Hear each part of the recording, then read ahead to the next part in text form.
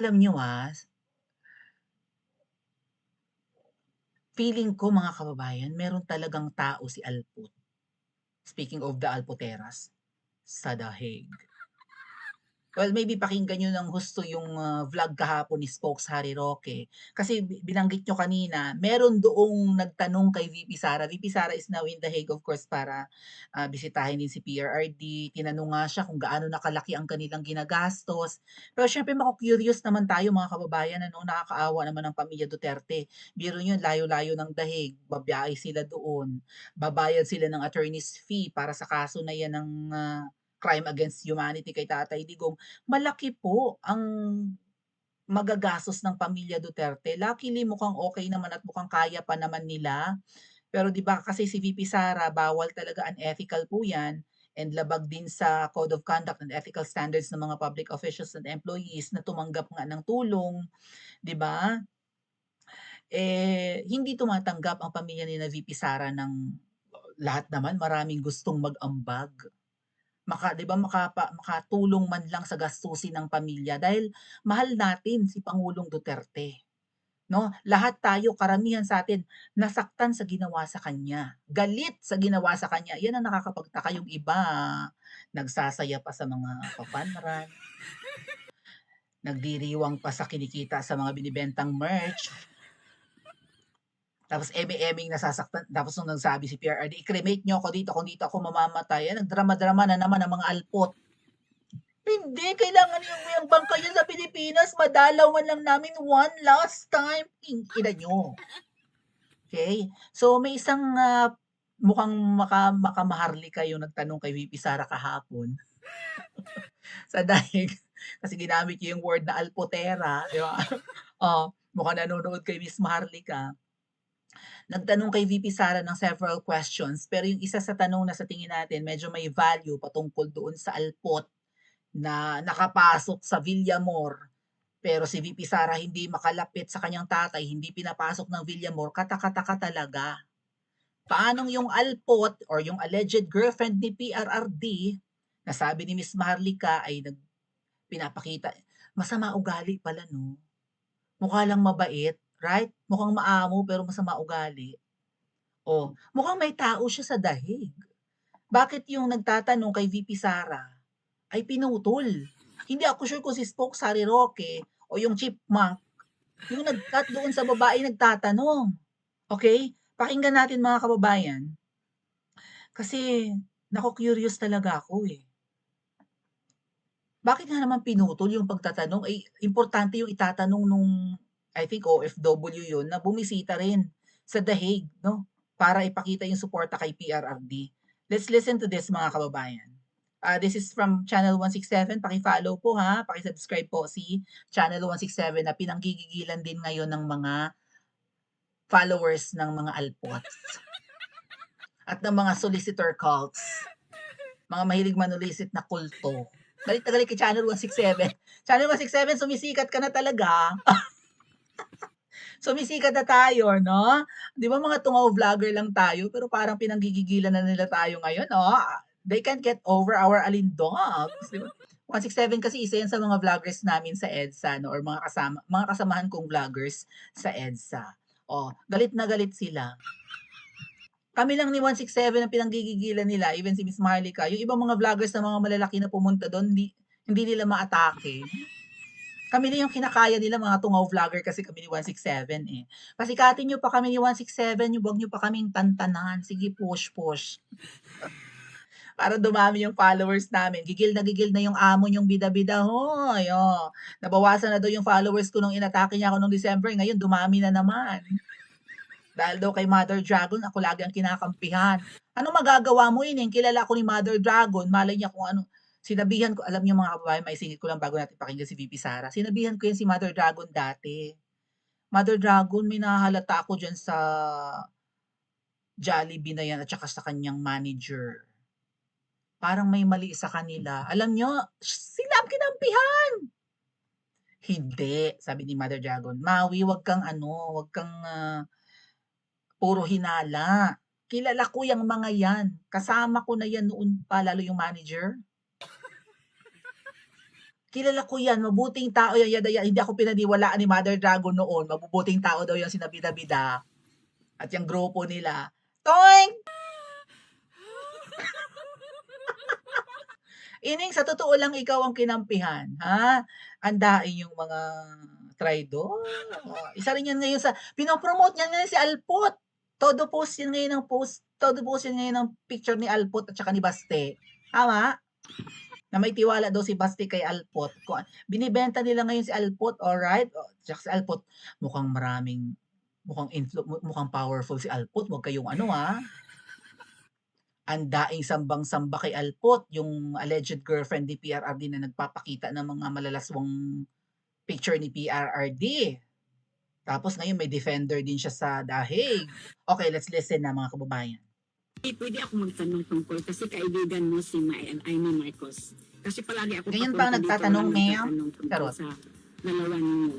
Yung nagpunta ka sa Villamor Airways, natanong mo ba ni Amy Marcos na saan siya? Kasi hindi ka pinapasok eh. Tapos yung si Alpotera nakapasok. Alpotera daw. Yun lang ang tanong ko. Kasi kaibigan mo siya. Di ba kung kaibigan mo siya, nandoon siya sa'yo? Wait, ma'am, sandali ha. Kasi may, Kung na kasi maalala, ma'am, tingnan ko lang yung chat namin, ma'am. Kasi usap namin ng araw. kasi marami nagtatanong sa akin. Okay, importante naman daw, sasagutin niya. Hanapin ko lang, ma'am, kung meron kaming chat that day, March 11. Pero sa maalala ko lang, ma'am, wait lang. Tingnan na lang natin para... Hindi pwede i-share dito. Babakring yung Bibisaran, yung convo. That is very important. That is very important because BP is very trusted with Amy Marcos. Baka yan ang gulo sa 2028. Yes, yes. Yeah, I know. Marcos is traitor. Dad, calm down. Yeah, I know. Wala kami dyan na ano, ma'am. That is very important, Wala silang BP. chat. Wala, ma'am. Wala kami... Pondo. Hindi mo siya natanong. Actually, natanong, ma'am, Nasaan siya, kaibigan? nasaan siya. Hindi mo siya natanong. Bakit hindi siya doon sa Villamor Wala. Airways kung tapat siya sa iyo, tapat siya sa mga Duterte? Kasi nakipag-ariglo siya sa iyo, naging kaibigan mo na ngayon. Ma'am, Tapos wala siya sa Villamor Airways. Sasagutin mo hindi siya. naman ako, hindi ako spokesperson ni Senator Amy Marcos. Pero, in fairness to her, ang dami nang wala doon sa Marami Villamor Air To be Base. fair. Ang dami talaga na nagsasabi na Totoo. para kay President Duterte sila at sumusuporta sila kay President Duterte. Manggagamit, Pero wala maraming sila mangga. doon Sabi na. sa Villamor Air Base at all. Pero ang girlfriend, Okay, next question, next question. Tama. Next question. So narinig nyo, sabi ni VP Sara, maraming mga maka-Duterte pero wala naman sa Villamor nung bibitbitin si PRRD, totoo yan. Tapos sumingit yung babae, pero yung girlfriend, so siguro yung karugtong nun, shout out ma'am kung sino man po kayo nagtanong kay VP Sara. Pero yung girlfriend nandun eh. At nakapasok. Siguro ganun yung follow-up niya, no? Tapos ikaw, VP Sara, hindi ka nakapasok. Bakit nakapasok yung girlfriend? Okay, importanteng tanong yun. Oo nga naman. Nakapag-abot pa nga ng rosary. Mukhang si Alpot, malakas kina Diwata. Nasa likod ni Diwata yun eh. Nung bumaba si PRRD sa parang bus, na nagdala sa kanya papalapit sa eroplano, bago umakyat si PRRD mula sa bus, paakyat ng eroplano, nakapag-abot pa si Alpot. Si Alpot nasa likod ni Torre. Napanood nyo yung video yon? Mukhang malakas si Alpot, kina Diwata.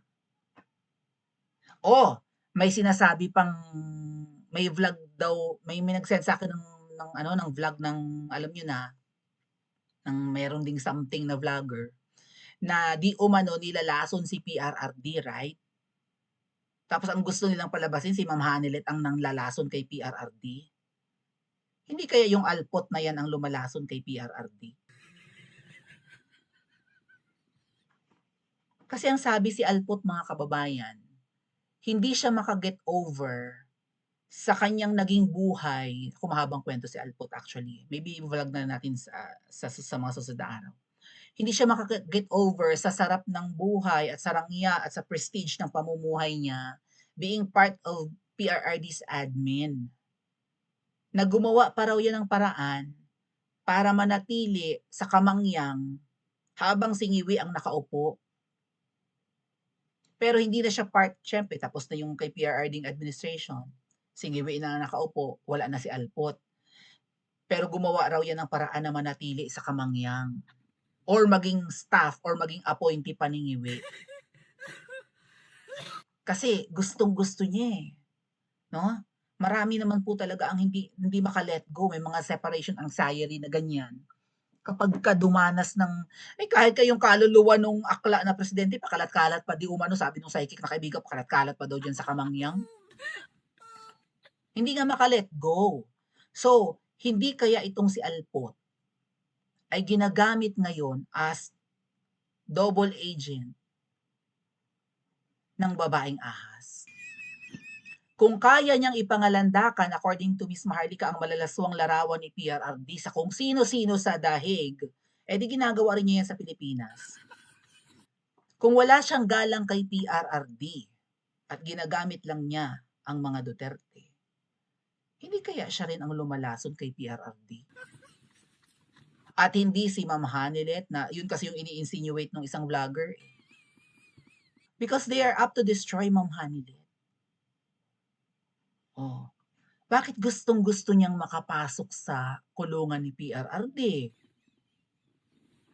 Kasi si Ma'am Hanilet nagtataka, may mga nagpe-pretend na nurse kunwari ni Tatay Digong para makapasok. Nurse tapos magsi-serve ng mag-a-administer ng medicine. Baka mamaya, okay, nurse pala to, o girlfriend pa nga para lang makapasok. Pag nakapasok, baka mamaya may ipatumar kay Tatay Digong yan na gamot, di ba? May ipalunok na capsule and whatnot.